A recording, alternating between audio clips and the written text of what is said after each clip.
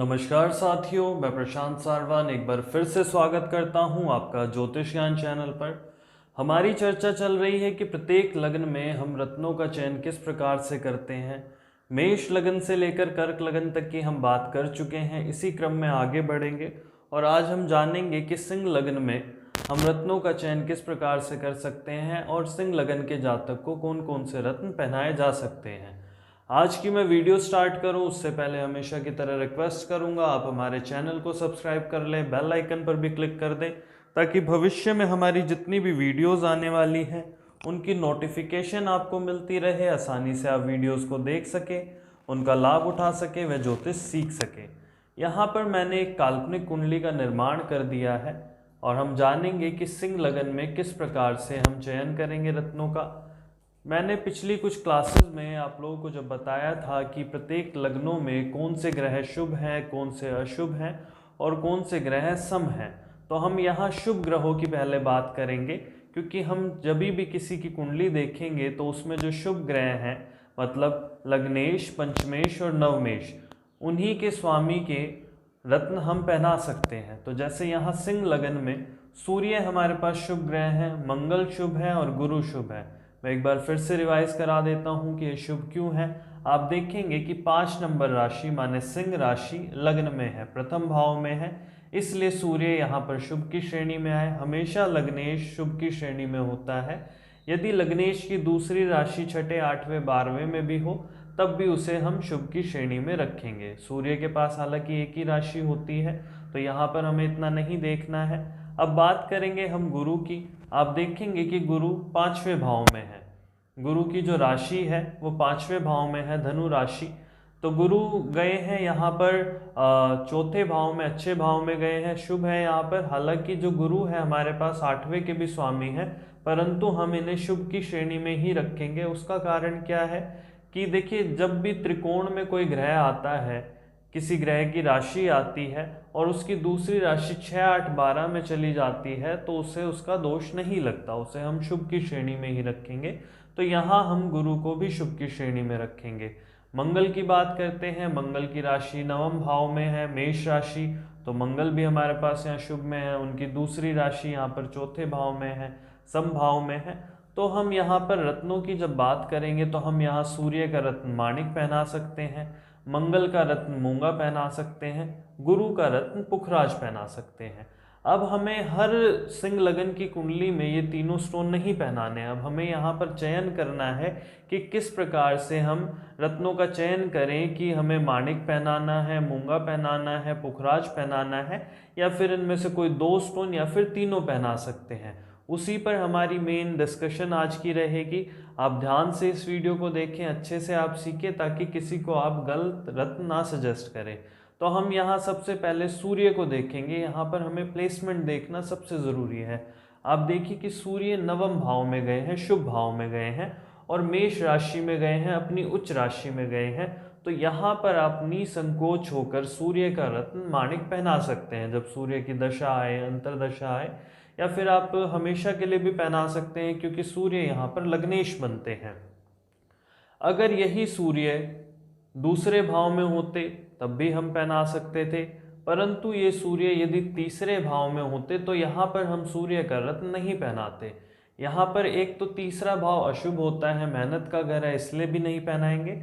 और दूसरी बात, यहाँ पर यदि सूर्य आएंगे तो अपनी नीच राशि में आएंगे, इस कारण से भी सूर्य का रत्न तीसरे भाव में नहीं पहनाया जाएगा सिंह लगन में। बात करें यदि चौथे भाव में आते हैं, यहाँ पहना सकते हैं।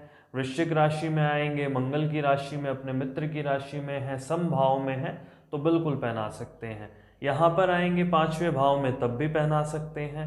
छठे भाव में यदि सूर्य आते हैं तो यहाँ पर हम नहीं पहनाएंगे, क्योंकि मैंने कहा तीसरा, छठा, 8वां व 12वां भाव, इस भाव में यदि कोई भी ग्रह आता है तो उसका रत्न हम नहीं पहनाते।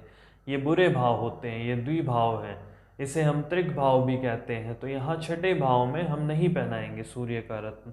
7वें की बात करें, 7वें भाव में आते हैं तो आप पहना सकते हैं, सम भाव है। 8वें में नहीं पहनाना। यहाँ पर मैं आपको बता चुका हूँ, यहाँ पर नवम भाव में, शुभ भाव में, त्रिकोण में आप पहना सकते हैं। आगे चलते हैं। यदि यहाँ यदि यहाँ 10वें भाव में आए, वृष राशि में, शुक्र की राशि में, बिल्कुल पहना सकते हैं, यहाँ पर भी समभाव है ये। उसके अलावा लाभ भाव में जाते हैं, 11वें भाव में, यहाँ पर भी आप पहना सकते हैं। 12वें भाव में आपको नहीं पहनाना है। अब बात कर लेते हैं मंगल के रत्न मूंगा की। यहाँ मैं अब थोड़ा सा शॉर्ट में बताऊंगा, क्योंकि मैं पहले ही कह चुका हूँ, यदि तीसरे में, छठे में, 8वें में और 12वें में यदि आए कोई ग्रह, तो यहाँ पर हमें उसका रत्न नहीं पहनाना है। तो मंगल को हम देखते हैं, मंगल कहाँ गए हैं, आप इस लगन कुंडली में देखें, मंगल यहाँ छठे भाव में गए हैं। अब कुछ लोग यहाँ कहेंगे कि मंगल अपनी उच्च राशि में है, आप पहना सकते हैं, परंतु नहीं, ये भाव गलत है ना। कुछ व्यक्ति ऐसे भी हमने देखे हैं जो कहते हैं जी 6, 8, 12 में ग्रह चला गया है तो वो कमज़ोर हो गया है, बलहीन हो गया है, उसका रत्न पहन के उसे बल दो, तो वो भी गलत है। देखिए, बलहीन होना, शुभ होना, अशुभ होना, दोनों अलग अलग बातें हैं। मैं हर बार कहता हूँ कि शुभ ग्रह भी बलहीन हो सकता है और अशुभ ग्रह भी बलहीन हो सकता है। इसे हम षडबल में देखेंगे। जब मैं षडबल आपको पढ़ाऊंगा तब मैं समझाऊंगा किस प्रकार से ग्रहों के बलों को देखा जाता है। तो यहाँ पर हम मंगल का रत्न नहीं पहनाएंगे। उसके अलावा यदि मंगल यहाँ 12वें में हो, यहाँ पर अपनी नीच राशि में होंगे, तब भी नहीं पहनाएंगे। यदि 4 नंबर राशि यहाँ होती, कर्क राशि अगर किसी भी भाव में होती और मंगल उसमें होते, तब भी हम मंगल का रत्न नहीं पहनाते। बाकी सभी भाव में आप पहना सकते हैं, पहले में, दूसरे में, चौथे में, 5वें भाव में, 7वें भाव में, 9वें भाव में, 10वें भाव में, 11वें भाव में। बाकी तीसरे, छठे, 8वें, 12वें में आपको नहीं पहनाना और नीच राशि में नहीं पहनाना। चाहे कोई भी ग्रह अपनी नीच राशि में जाए, उसका रत्न नहीं पहनाना, चाहे वो बेशक अशुभ भाव में या शुभ भाव में, किसी भी भाव में हो। अब बात करते हैं गुरु के रत्न पुखराज की। अब यहाँ इस कुंडली में देखें कि गुरु की प्लेसमेंट क्या है। यहाँ पर गुरु केंद्र में गए हैं, त्रिकोण के स्वामी हैं, अच्छे भाव में गए हैं, वृश्चिक राशि में गए हैं, मित्र राशि में गए हैं, कोई समस्या नहीं है। आप बिल्कुल निसंकोच होकर यहाँ पर गुरु का रत्न पुखराज पहना सकते हैं। कहाँ नहीं पहनाना, दोबारा कहूँगा, तीसरे में, छठे में, 8वें में और 12वें में नहीं पहनाना। और जो गुरु की नीच राशि है, आपको उसमें भी गुरु का रत्न नहीं पहनाना है। आपको हालांकि याद होगा, मैंने बताया था कि ग्रहों की उच्च नीच राशि जब मैंने आप लोगों को पढ़ाई थी तो मैंने सभी ग्रहों के बारे में बताया था कि कौन सा ग्रह किस राशि में उच्च का होता है और कौन सा ग्रह किस राशि में नीच का होता है। आप थोड़ा सा याद करें तो मैंने कहा था गुरु मकर राशि में नीच का होता है, 10 नंबर राशि में नीच का होगा। तो आप इसे याद रखें कि कोई ग्रह किस राशि में नीच का है, किस राशि में उच्च का है। तो तीसरे, छठे, 8वें, 12वें भाव में और अपनी नीच राशि में कोई ग्रह जाता है तो उसका रत्न नहीं पहनाया जाता। बाकी अन्य किसी भी भाव में हो, यहाँ हो, यहाँ हो, यहाँ हो, यहाँ हो, यहाँ हो, यहाँ पर हो, यहाँ पर हो, यहाँ पर हो, आप निसंकोच होकर गुरु का रत्न पहना सकते हैं। इसी प्रकार से बाकी के जो लगन है उसमें भी हमें ऐसे ही रत्नों का चयन करना है। आपके लिए जो मेन सीखने की बात थी कि सिंह लगन में जो शुभ ग्रह है, सूर्य, मंगल, गुरु, माणिक, मूंगा, पुखराज, इन तीनों रत्नों में से ही मेनली हमें रत्नों का चयन करना होता है। और किस प्रकार से रत्नों का चयन हमें करना है वो भी आपने सीख लिया है। उसके अलावा देखिए, जो समग्रह होते हैं कई बार हमें उनके भी रत्नों की ज़रूरत पड़ जाती है, वो भी हमें पहनाने पड़ते हैं, उस पर भी हम डिस्कशन करेंगे। प्रत्येक लगन में जो शुभ ग्रहों के अलावा जो समग्रह हैं, जैसे सम राशि में आने वाले समभाव में जो राशि आ रही है, उनके जो स्वामी हैं उनके रत्न पहना सकते हैं या नहीं पहना सकते। फॉर एग्जाम्पल यहाँ पर देख लेते हैं, जैसे बुध है, बुध यहाँ पर धन भाव का स्वामी है, लाभ भाव का स्वामी है और इस लगन कुंडली के लिए समग्रह माना जाता है। तो कुछ केसेस में हम बुध का रत्न पन्ना भी पहना सकते हैं, उस पर हम आगे डिस्कशन करेंगे जब थोड़ा सा एडवांस पढ़ेंगे।